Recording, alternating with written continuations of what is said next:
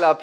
Voilà, toujours hyper important de synchroniser le micro et la caméra pour pas avoir des soucis de synchronisation entre le son et l'image. Bonjour à tous, bienvenue dans cette nouvelle vidéo. Je stresse déjà, un petit sentiment de malaise là qui est en train déjà d'arriver en moi. Je suis très content de vous retrouver, j'espère que vous allez bien, j'espère que vous avez passé une bonne rentrée, j'espère que vous êtes fixé des nouveaux objectifs et que vous avez envie de devenir une meilleure version de vous-même. C'est pour ça que vous cliquez sur mes vidéos, c'est pour regarder des contenus inspirants. Voilà, donc aujourd'hui le concept, vous l'avez lu, je vais réagir à mes premières vidéos.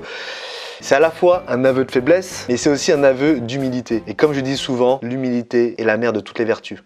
Peut-être une autre personne qui l'a dit avant moi, mais l'humilité c'est hyper important dans ce métier. Je vous cache pas que c'est pas quelque chose que je pensais faire un jour. J'ai reçu quelques commentaires me demandant de faire cette vidéo. Comme vous le savez, je lis vos commentaires. Je suis vraiment sincère avec vous, je les lis pratiquement tous. Et je me suis dit que ça pouvait être intéressant de faire l'exercice. Ça permettra premièrement de faire un point sur tout le chemin que j'ai parcouru et aussi de tout le chemin qui me reste à parcourir. On va rentrer dans le vif du sujet. Je prends le temps. Voilà, je prends le temps, on n'est pas pressé. Voilà, on est là, on est entre nous. En plus, alors, moi, en temps normal, je suis même pas un mec qui réagit beaucoup devant les vidéos. Je suis pas toujours là en train de rigoler. De la même manière, quand je regarde un match de foot, en général, même quand il y a des buts, j'ai pratiquement zéro réaction. Je vous mettrai un extrait en post-prod.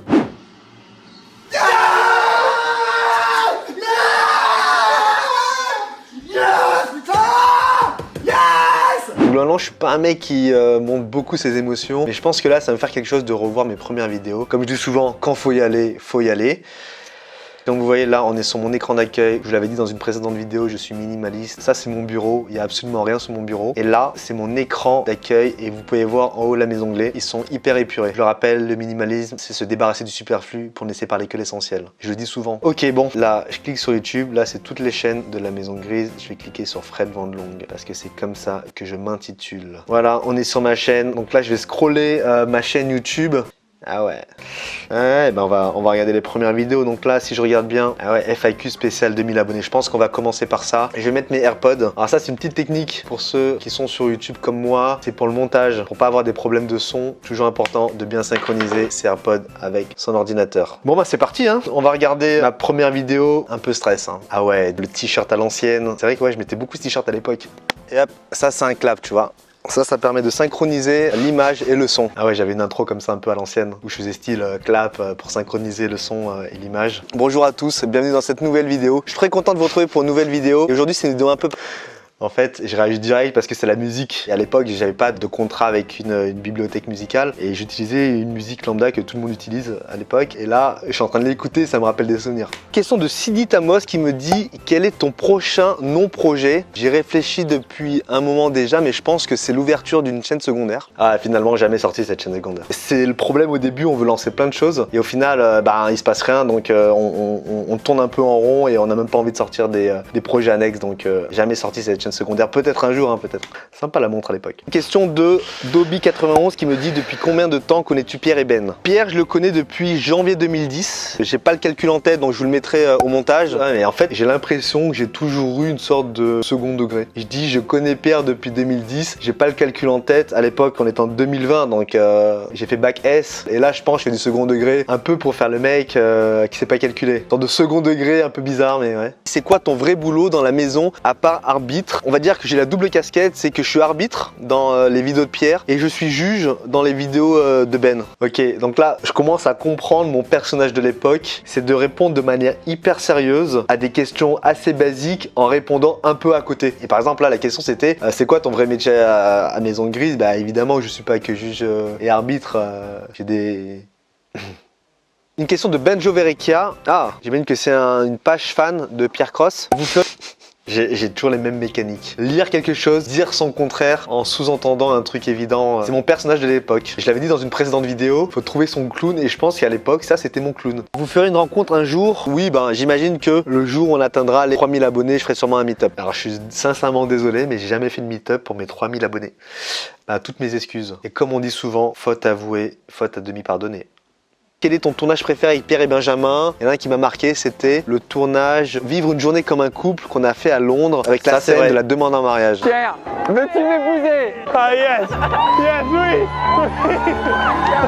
Oui! À chaque fois que je regarde ce passage, ça me met la chair de poule. Ça, c'est vraiment mon côté sentimental, mon côté romantique. J'ai vu une demande en mariage de la patinoire. Je le regarde bientôt 2 ans après, j'ai la chair de poule. Allez, on enchaîne parce que je... Pardon. Une question de Angèle Kiné qui me dit « Tu es né à quelle heure ?»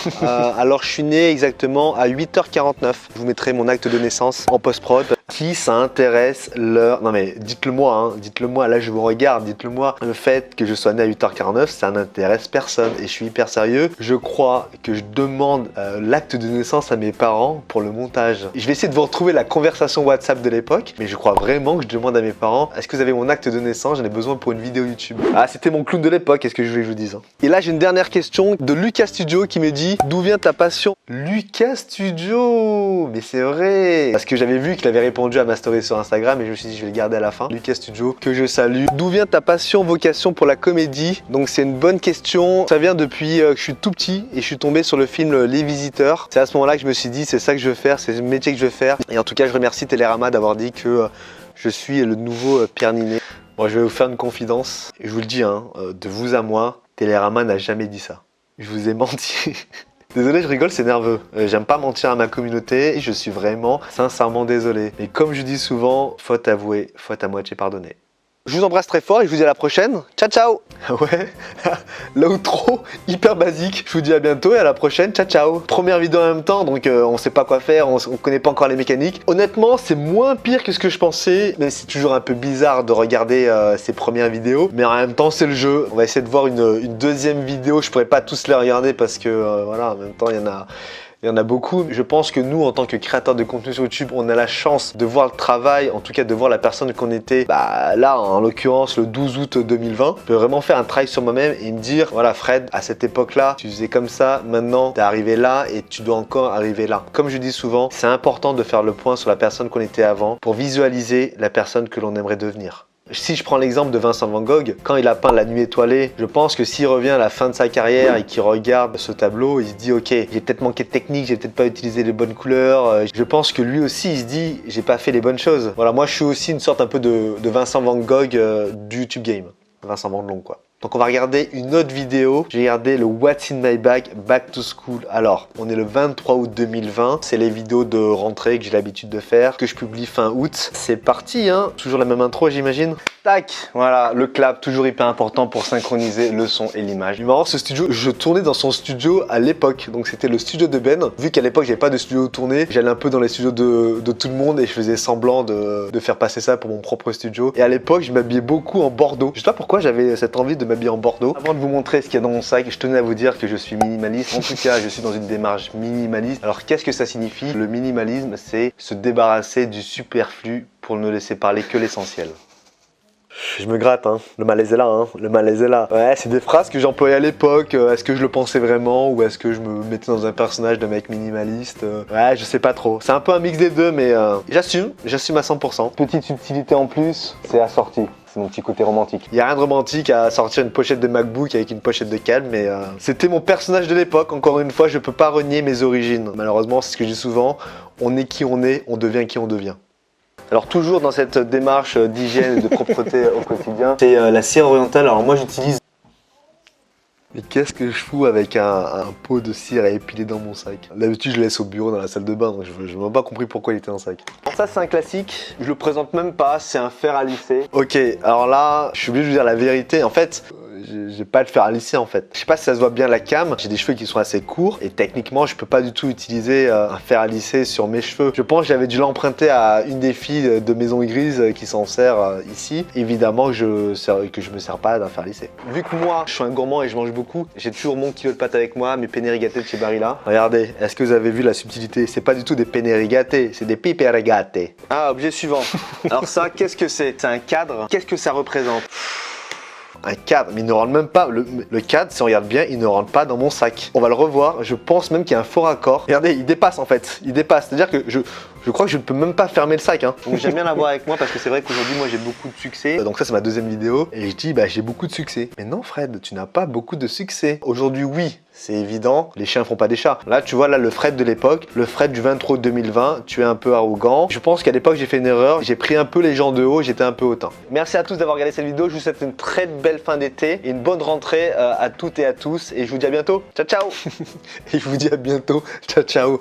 Oh, l'outro, mais de base. Ah oui, à la fin, j'écris le minimalisme, c'est se débarrasser du superflu pour ne laisser parler que l'essentiel. Ok, bon, bah, je mettais des phrases à la fin de développement personnel, mais un peu second degré, mais en même on sait pas trop. Après, c'est une phrase que j'écrivais, mais est-ce que j'appliquais je pense pas. Sur cette vidéo, je vais être obligé d'être honnête avec vous. Tout ce qu'il y avait dans le sac, ça rentrait pas du tout. C'est impossible. Je vais vous donner un peu le secret de ce tournage, c'est que j'avais tous les objets à côté et je les re-rentrais pour les ressortir. Encore une fois, il y a un mot que j'utilise beaucoup, il y a prescription. Donc c'était à l'époque, hein, c'était le 23 août 2020. Aujourd'hui, on est le 14 septembre 2020, donc voilà, hein, il y a prescription. Je suis transparent avec vous depuis le lancement de cette chaîne. Il y a des gens qui m'ont demandé de faire ce concept. Je vous ai écouté, je vous ai lu et je l'ai fait avec plaisir. Et encore une fois, je pense que on devrait tous regarder le travail qu'on faisait à l'époque. Si je prends un exemple de mon niveau, Arnold Schwarzenegger, il est arrivé 7 ou 8 fois Mister Olympia, donc c'est au sommet du culturisme, du bodybuilding. Et quand il regarde son physique de l'époque, il s'est dit ok, je ressemblais à ça, maintenant je ressemble à ça, j'ai beaucoup travaillé et aujourd'hui je peux en être fier. Et aujourd'hui, quand je regarde les vidéos que j'ai tournées à l'époque et les vidéos que je tourne maintenant, encore une fois, en toute humilité, il y a un chemin qui a été parcouru et encore un chemin immense à parcourir. Ce chemin, on l'a fait ensemble et tout le chemin qui reste à parcourir, on va le faire ensemble.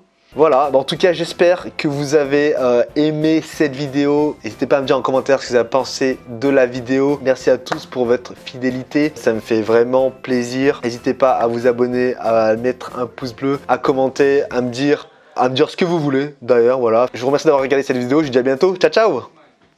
Voilà, donc notre vidéo, là on déhold, on va couper le micro, on va faire les backups, c'est fini, une autre vidéo dans la boîte.